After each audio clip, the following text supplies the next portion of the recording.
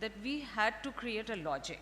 Like we had to create, and I worked with Halima on this, and because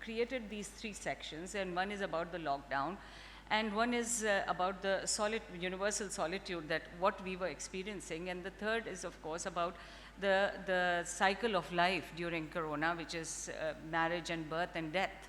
So because there was a lot of articles and a lot of reflections about death, you know, and